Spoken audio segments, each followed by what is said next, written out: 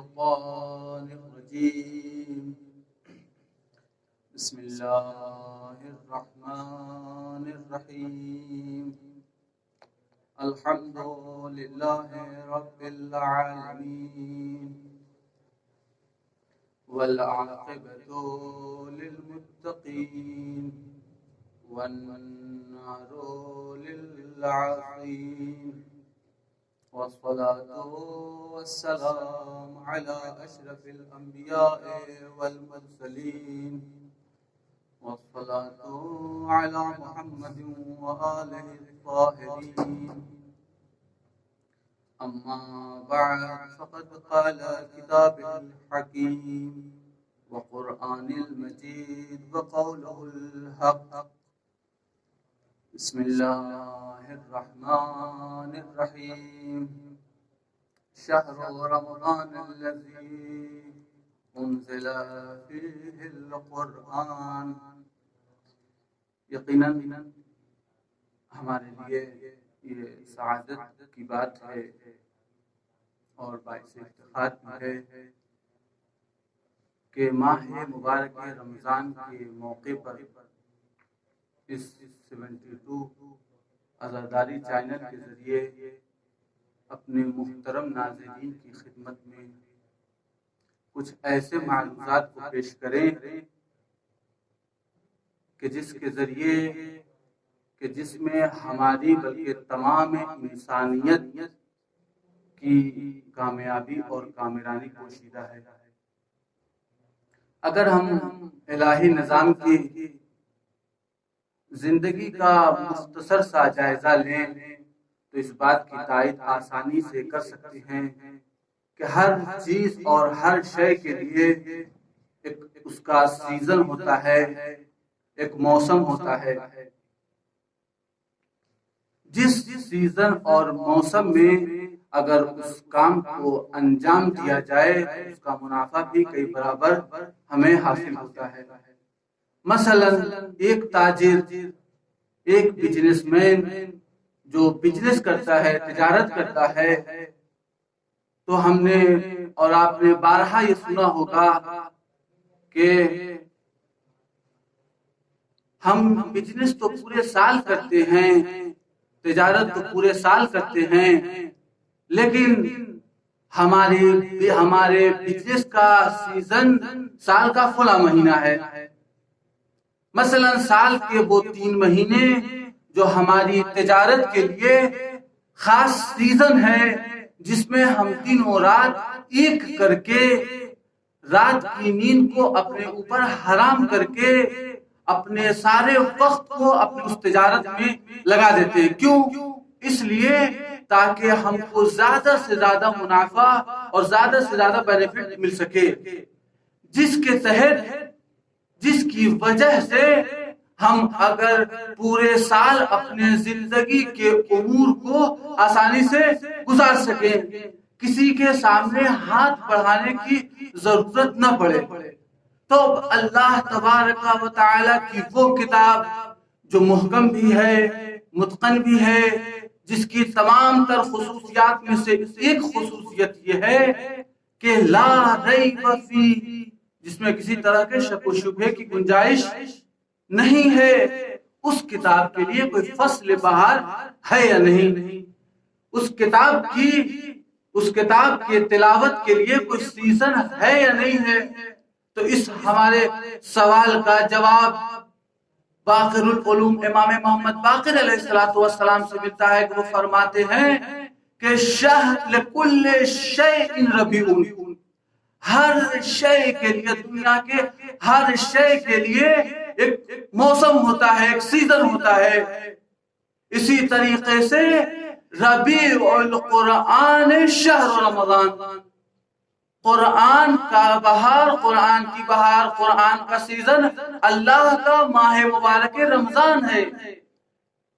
رمضان اللہ کا وہ مبارک مہینہ ہے جسے قرآن کے لیے بہار بیان کیا گیا ہے۔ اس کے بعد خود پروردگار کا خطاب ہو رہا ہے، فَقْرَؤُوا مَا تَيَسَّرَ مِنَ الْقُرْآنِ، اے میرے محبوب بندے، جس طریقے سے وہ تاجر اپنے تجارت کے سیزن میں، اپنے تجارت کے ایام میں دنوں رات کو ایک کر کے وہ سارے وقت کو اپنے بزنس میں گزار رہا تھا، صرف اس وجہ سے کہ زیادہ سے زیادہ منافع حاصل کر سکے۔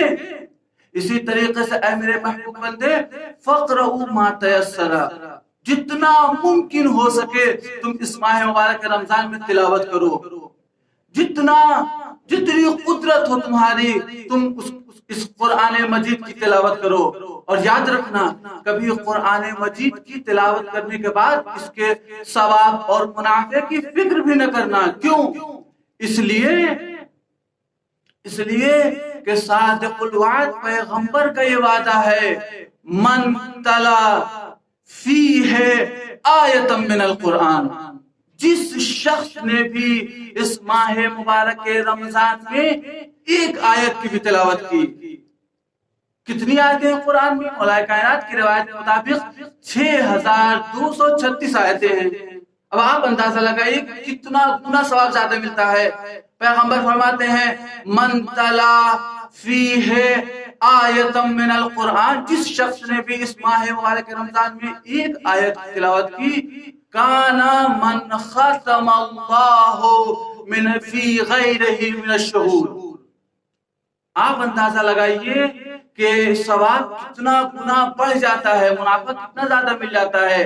پیغمبر فرماتے ہیں کہ جس شخص نے بھی اس ماہ مبارک رمضان میں 6236 آیتوں میں سے ایک آیت کی تلاوت کی، گویا پروردگار اسے اتنا ثواب دیتا ہے جیسے کسی شخص نے پورے قرآن کو ختم کیا ہو کسی اور مہینے میں۔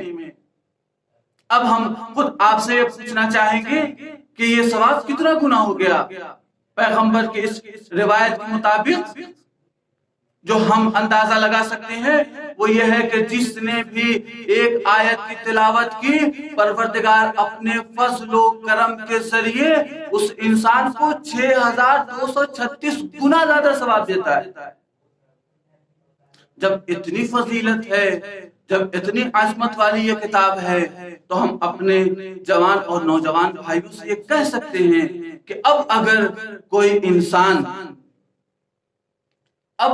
انسان اس ماہ مبارک میں قرآن کی تلاوت سے محروم رہ جائے تو یہ واقعاً یہ ہمارے لیے مقام افسوس ہوگا، یہ ہمارے لیے گریے کا مقام ہوگا۔ کیوں؟ اس لیے کہ پروردگار سے یہ پوچھنا چاہیے، دعا کرنی چاہیے، استغفار کرنا چاہیے کہ پروردگار ہم نے کون سے ایسے گناہ کو انجام دیا کہ جس کی وجہ سے ہم سے یہ توفیق سلب ہو گئی کہ ہم ماہ مبارک رمضان میں تلاوت کر سکیں، اس نعمت سے ہم محروم رہ گئے۔ یہ ہے عظمت قرآن۔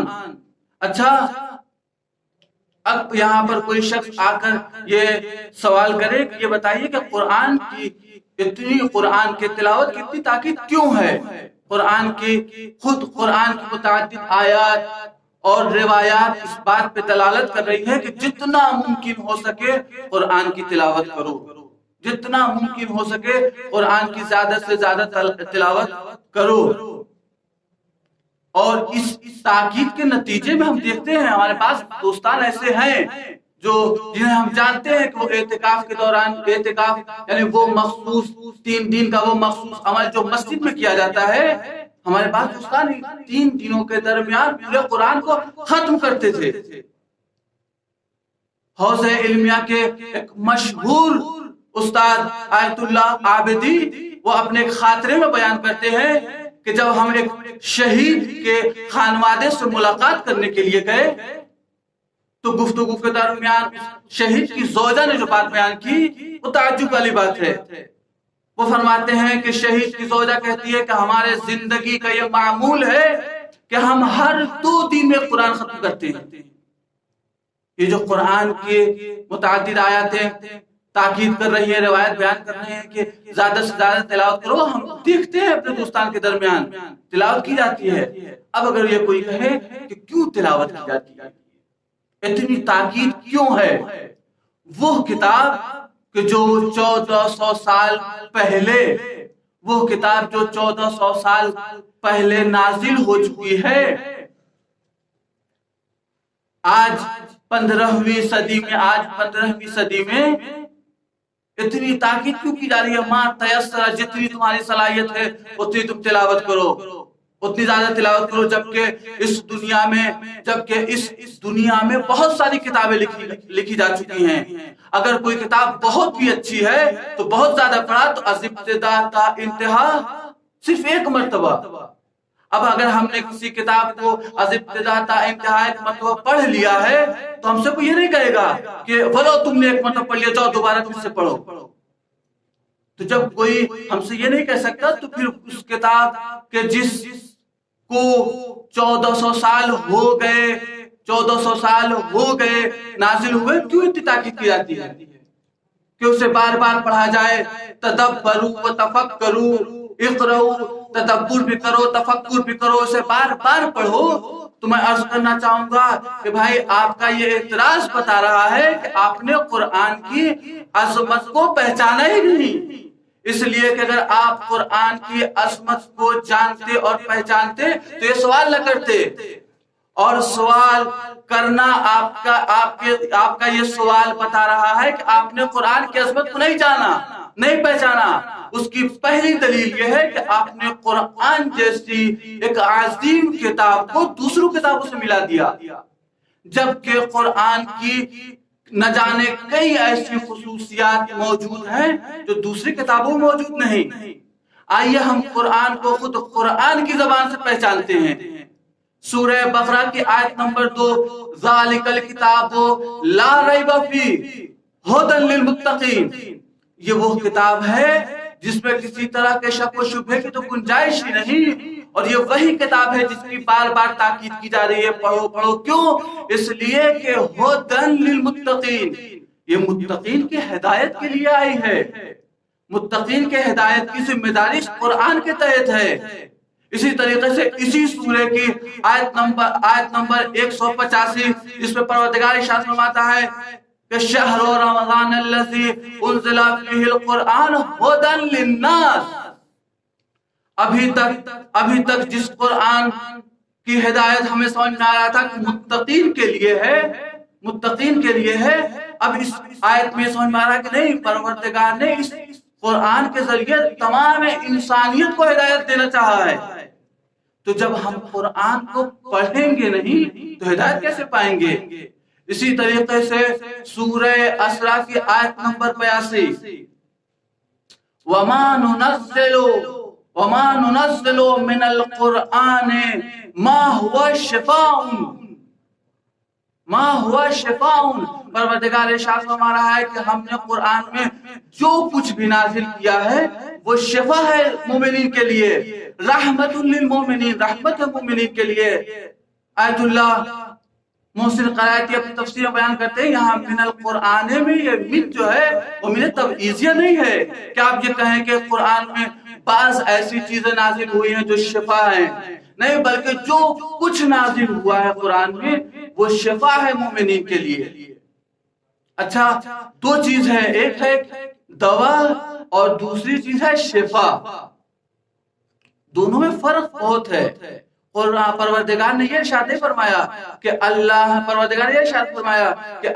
نے قرآن میں جو کچھ نازل کیا ہے وہ مومنین کے لیے دوا ہے، بلکہ ارشاد فرمایا شفا ہے۔